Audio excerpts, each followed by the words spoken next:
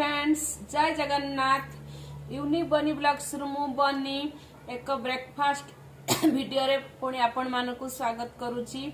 आज आमर Sunday breakfast रे कोन स्पेशल देखंतु अछि पूरी इटी इडली एटा होची सांबर आ एटा होची टमाटो चटनी आ बिरी बड़ा एटी होची बादाम चटनी आ एटा होची मटर घुगुनी। बे चलतु खाई की कहूची सांबर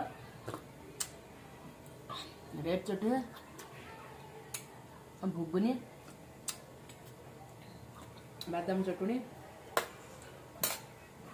पूरी रु स्टार्ट करची। पूरी घुगुनी बड़ा देनी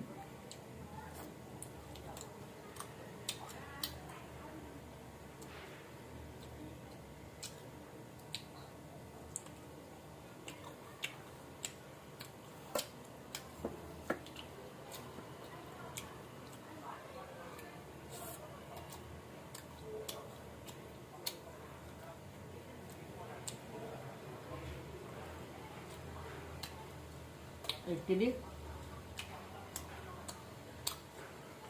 सांबर रेड चटनी